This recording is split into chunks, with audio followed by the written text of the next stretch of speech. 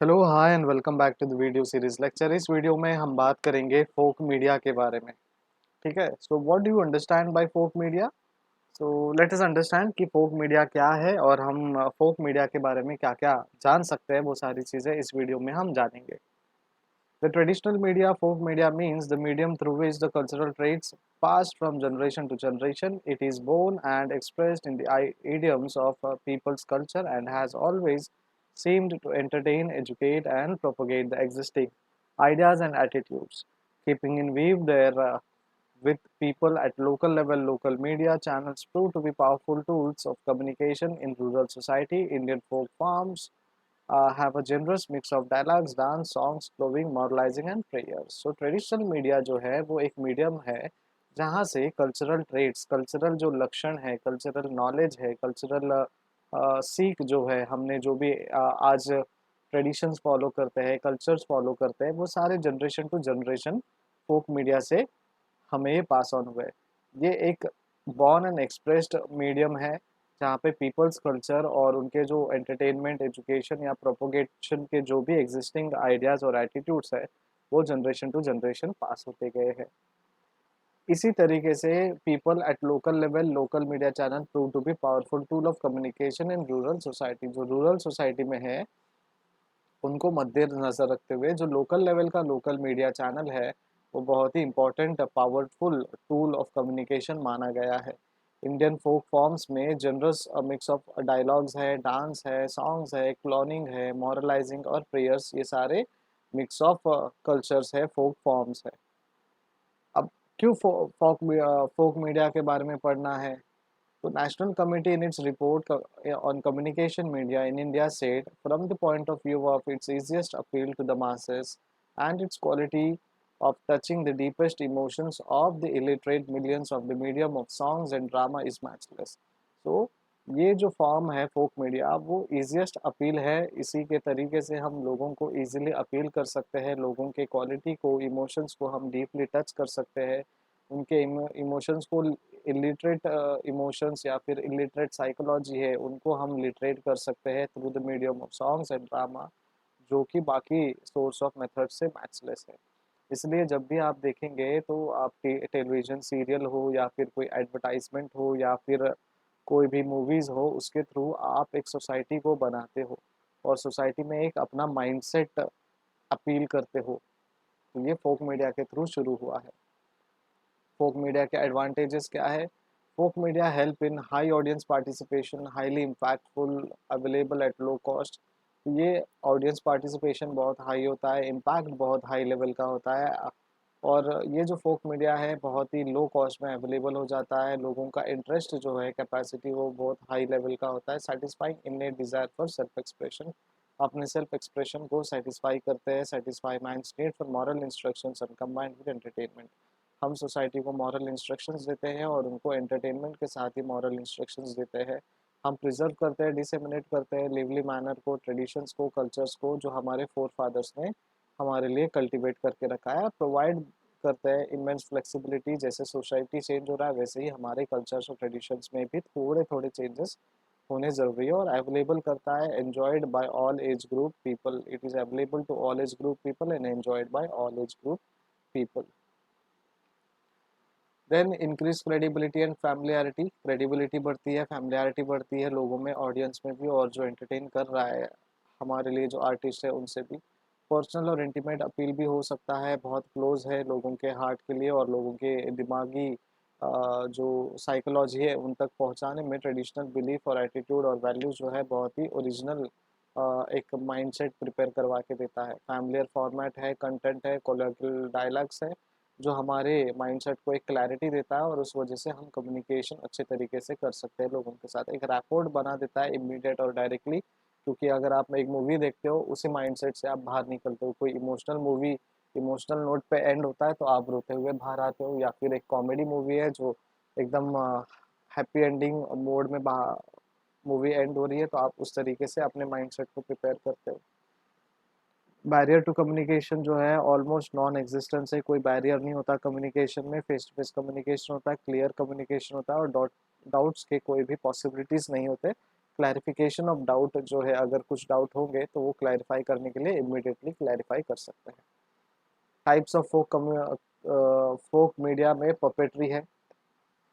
Puppetry is one of the most important traditional media, believed to be the oldest form of popular theatre in India. The terms Sutradhar, string holder in theatre is derived from puppetry. The art of puppetry is popular both as a means of education and entertainment. So ये traditional mode of medium है, oldest और popular theatre form है India में, और सूत्रधार यानी जो string holder है वो उसके वजह से हमारे जो puppets है वो एक्ट करते हैं। और पपेट्री जो है पॉपुलर मीन्स है एजुकेशन से रिलेटेड भी और कम्युनिकेशन से भी, और इन्हीं पपेट्स के वजह से एजुकेशन में बहुत इम्प्रूवमेंट हुआ है, और एजुकेशन के साथ साथ उन्होंने एंटरटेनमेंट भी दिया है।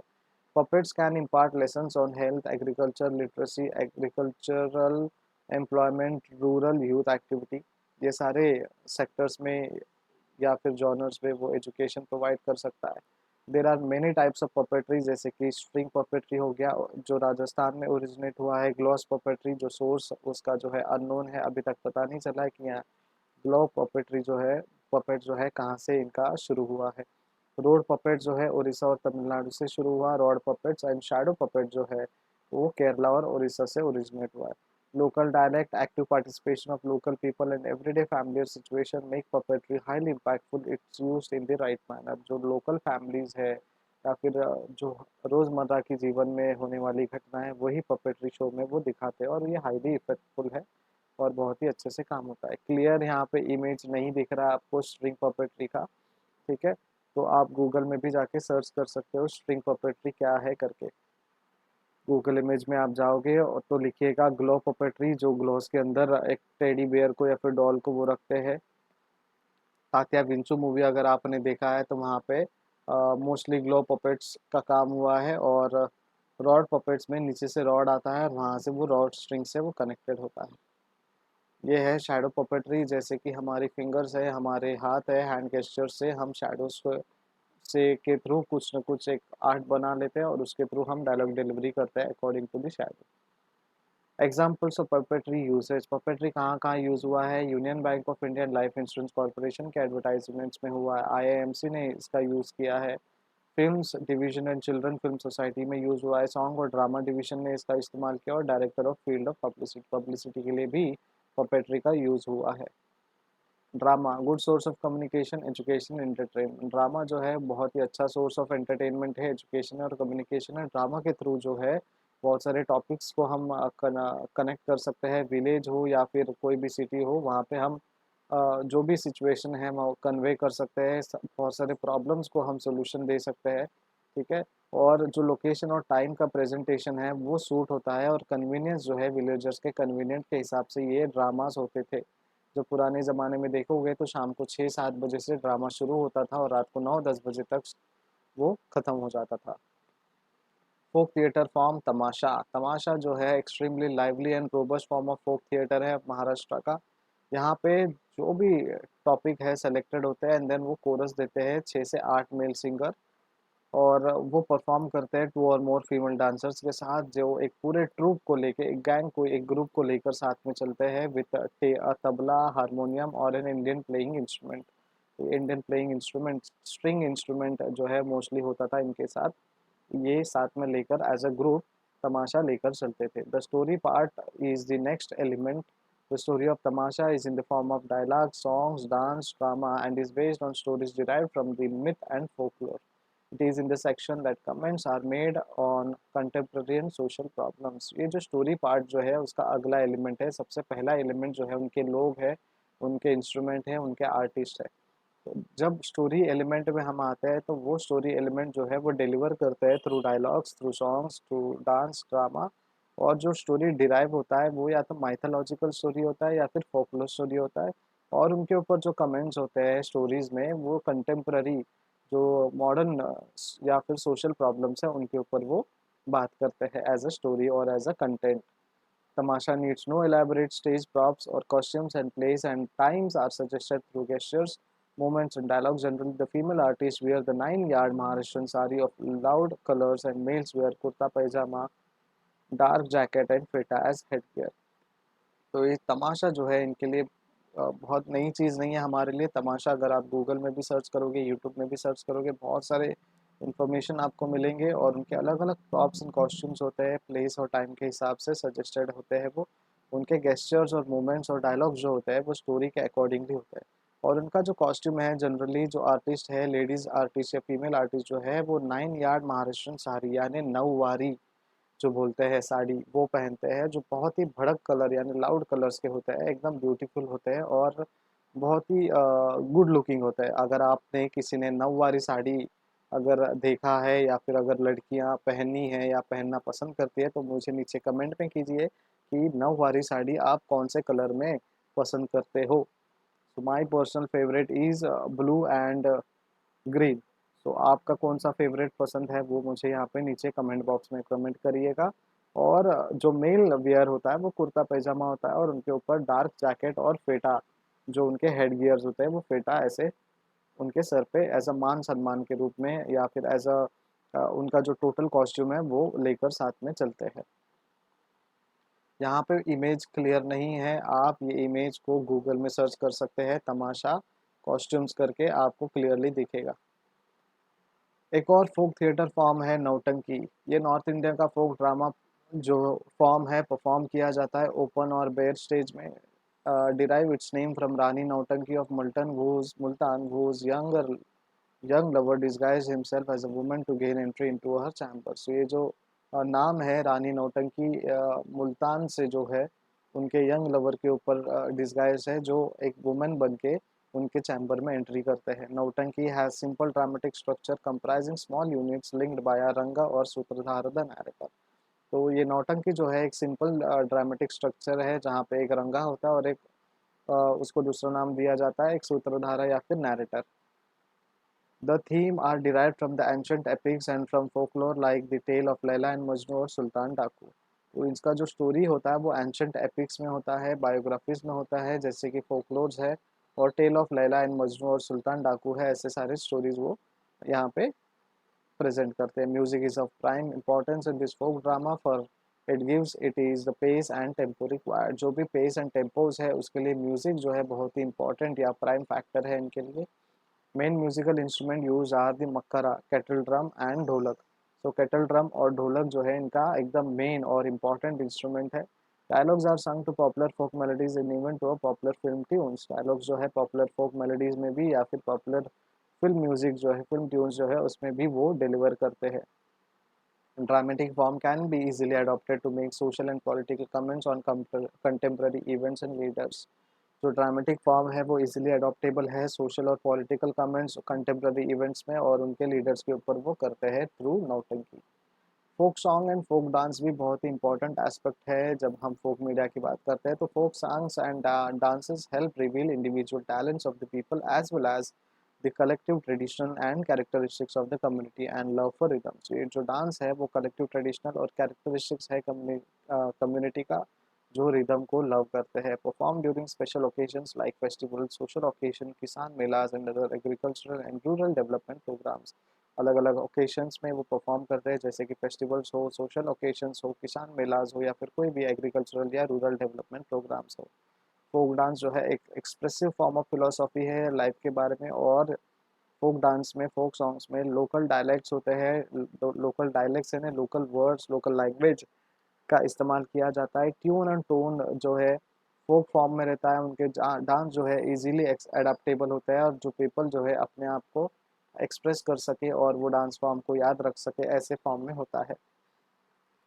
Folk song and dances are entertaining in nature and can be used very effectively to replace the boredom of a serious discussion। Folk songs and dances are entertaining in nature, बहुत ही entertaining nature के होते हैं और effectively वो replace करते हैं हमारे boredoms को और serious discussions को। Mela and festivals, melas are synonymous with joy and fun. Mela जो है बहुत ही सिमिलर है जॉय एंड फन के हिसाब से। रूरल मेला जो है स्पेशल सिग्निफिकेंस है। जैसे हमने बॉलीवुड में बहुत बार देखा है कि एक पूरी फैमिली जाती है कुंभ के मेले में अपने भाई को, एक भाई घूम जाता है, तो वही मेला और वही फेस्टिवल के थ्रू ये कुंभ का मेला बना है और बॉलीवुड ने उसे एक्सेप्ट किया, अडाप्ट किया और उस तरीके से वो आगे मेला का जो फेस्टिवल है वो शुरू हो गया। It is an occasion of festivity and mass gathering as well as unbound expression of the spirit of inner freedom of creative pride of taste of life and colorful tradition permeating the farmer's life. एक occasion है festivity का और मास gathering का है, जो unbound expression है spirit of inner freedom का। जब भी मेला लगता है लोग बहुत ही खुले दिल से उस मेले में जाते हैं और अपने हिसाब से अपना जो भी एंजॉयमेंट है वो करते हैं मेले में। बहुत सारे खेल होते हैं, बहुत सारे रोलर कोस्टर का काइंड ऑफ एक्टिविटीज़ होते हैं वहाँ पे, घोड़ा गाड़ी होती है, कुछ नए खाने की चीज़ें होते हैं और फूड कंजम्पशन के कुछ स्टॉल्स होते हैं। Melas and festivals are often accompanied by field demonstration exhibitions, agro industrial exhibition, rural sports, question answer session, recreational programme, film shows etcetera. तो ये मेला और फेस्टिवल जो है उनमें बहुत सारे डेमोन्स्ट्रेशन होते हैं, एग्जीबिशंस होते हैं, रूरल स्पोर्ट्स होते हैं, क्वेश्चन आंसर सेशंस होते हैं, क्विज कॉम्पिटिशन्स होते हैं, रिक्रिएशनल प्रोग्राम्स होते हैं, फिल्म शोज होते हैं और ऐसे बहुत सारी चीज़ें वहाँ पे होते हैं।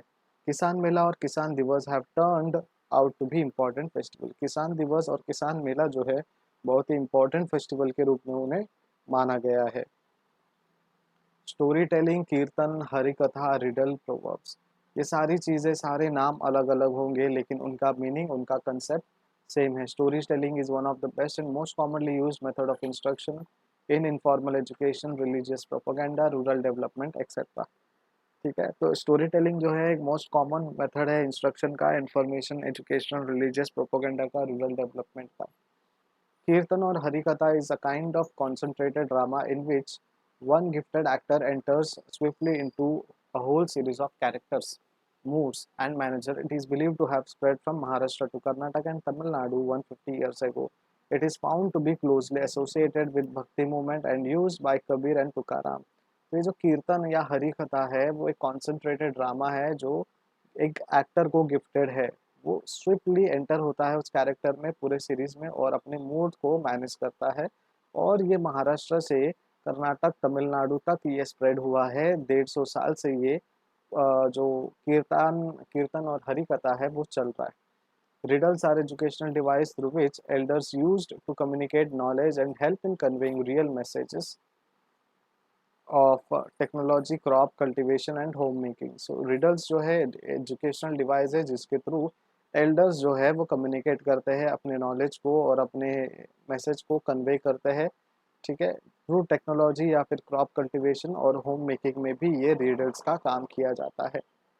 Agricultural games designed to help learn something while they are enjoying themselves. Some popular games, snakes and ladder, playing cards. So agricultural games भी डिज़ाइन किए गए हैं और सम जो भी enjoying themselves मतलब एग्रीकल्चरल गेम्स में हम अपने आप को एंजॉय करते हैं और उसमें सबसे बड़ा गेम जो है वो स्नेक गेम है, लैडर गेम है या फिर कार्ड्स प्लेइंग गेम है। Proverbs predominant oral civilization and represent the essence of rural wisdom and knowledge.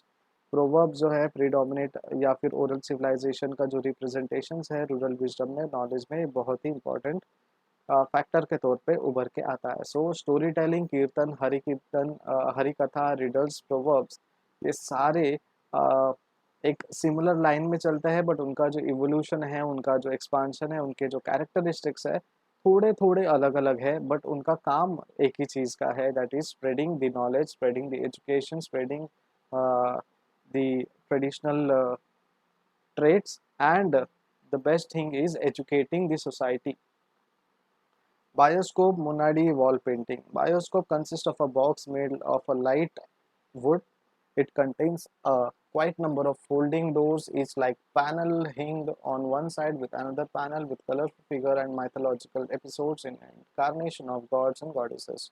It helps in conveying the people of educational messages like vegetable preservation, mosquito control, cultivation of different crops, etc. So bioscope जो है वो consist होता है box made of light में। एक box के अंदर हमें कुछ मूविंग इमेजेस दिखते हैं, उसे हम बायोस्कोप बोलते हैं और ये एजुकेशनल मैसेजेस भी प्रोवाइड करते हैं जैसे कि वेजिटेबल को कैसे प्रिजर्व करे, मॉस्किटो कैसे कंट्रोल करे, कल्टीवेशन ऑफ डिफरेंट क्रॉप कैसे करे, तो वो इमेजेस के थ्रू हमें बायोस्कोप के थ्रू पता चलता है। Munadi is nothing but a form of drum is beaten and the attention of the audience is arrested and then the message delivered. The medium is used to inform the people about some happening like extensional activities, meetings, etc. So Munadi is nothing but a एक इंसान जो है पूरे गांव में ढोल पीटता हुआ जाता है, एक ड्रम सेट जो है पीटता हुआ जाता है, लोगों का अटेंशन गैदर करता है और लोगों को इंफॉर्मेशन मास इंफॉर्मेशन या फिर मास कम्युनिकेशन करता है। Wall painting refers to the practice of drawing or writing on walls. It helps in reaching out to the illiterate masses. The power of picture and its local touch with strong emotional appeal. तो मास painting में क्या होता है, यहाँ wall painting में क्या होता है कि विजुअल कम्युनिकेशन होता है। जिन लोगों को पढ़ने नहीं आता वो इमेज देखकर समझ जाते हैं कि ये किस बारे में बात कर रहा है और एक स्टोरी अपने आप में वो क्रिएट कर सकते हैं। लिटरेचर में Vedas and other literature source are often use methodology to communicate with the mass. ये जो वेदास है लिटरेचर का जो सोर्स है वो ऑफन यूज होता है और मेथोडोलॉजी जो है इसका मास कम्युनिकेशन के लिए होता है। Research requirement and modern media, जो भी रिसर्च रिक्वायरमेंट है या फिर मॉडर्न मीडिया है वो एक traditional media should be an integral part of development programme. तो मॉडर्न मीडिया में जब हम रिसर्च करेंगे तो ट्रेडिशनल मीडिया जो है उसका इंटीग्रल पार्ट होना चाहिए प्रोग्राम डेवलपमेंट का। Many traditional forms of communication are dying of onslaught of modern mass media. जो बाकी के ट्रेडिशनल फॉर्म्स है कम्युनिकेशन के वो डाई हो रहे हैं, उनका मृत्यु हो रहा है बिकॉज ऑफ जो मॉडर्न मास मीडिया है उनको हाई लेवल इंपॉर्टेंस मिल रहा है। Traditional media is personal, familiar, and more credible, with which the majority of literate and illiterate people in the village identify themselves. जो ट्रेडिशनल मीडिया जो है वो personal, familiar है और मोर क्रेडिबल है, जिनके वजह से majority of literate and illiterate people जो है विलेजेस के आइडेंटिफाई हो जाते हैं easily. Need to be use with understanding and sensitivity, जो भी अंडरस्टैंडिंग है सेंसिटिविटी है वो हमें समझना चाहिए। Deliberate distortion can alienate the masses and loud vulgarization. Deliberate distortion जो है वो eliminate करना है और masses को lead करना है कि पता चलना चाहिए कि क्या अच्छी चीज़ है और क्या vulgarization है। Folk forms are community and language specific and bear values and norms which need to be taken into account. जो folk forms है वो community और language specific होना चाहिए और हमारे values और norms को bear करते हुए हमारे जो stories है उसे आगे बढ़ाने चाहिए। The traditional media can be a potential tool of communication if appropriately integrated with the modern mass media. Traditional media जो है एक potential communication है और appropriately वो integrate होना चाहिए modern mass media के साथ। Traditional media infused with new themes and ideas can be source of pride to the rural people who may not feel home in the world of modern mass media. Traditional media जो है वो infuse होना चाहिए नए themes के साथ, नए ideas के साथ, जिनका जो source है वो pride to the rural people होना चाहिए और उनको ऐसा भी और उनको होमली फील होना चाहिए पूरे world of modern mass media में। At the same time, folk entertainment can provide fresh and interesting program material for the mass media, making them more acceptable to both the rural and urban audience. Rural and urban audience के लिए जो फोक media के साथ साथ जो modern media आ रहा है वो नए नए कंटेंट को लेकर आए, नए नए प्रोग्राम्स को लेकर आए ताकि वो रूरल और अर्बन ऑडियंस को भी पसंद आए। तो ये था आपके लिए फोक मीडिया का एक पूरा वीडियो, मैंने इसे कोई कट शॉट नहीं किया, यही आपको पूरा ध्यान में रखना है और इसी से ही आपको पूरे नोट्स बना के लेने हैं। Thank you so much for watching, keep studying and keep making notes. Videos पसंद आ रहे तो लाइक कीजिए, सब्सक्राइब कीजिए। अगर आपने सब्सक्राइब कर लिया है ऑडियंस ऑलरेडी तो आप सिर्फ अपने दो दोस्तों को कहिए कि भाई सब्सक्राइब कर ले, या बहन सब्सक्राइब कर ले, या दोस्त या रिश्तेदार सब्सक्राइब कर ले। हमारे सर इतना अच्छा वीडियो बनाते हैं हमारे लिए, तो as a motivation, as a token of love हम उन्हें उनके चैनल को सब्सक्राइब करके एक तोहफा देंगे। So thank you in advance, thank you, bye bye, take care.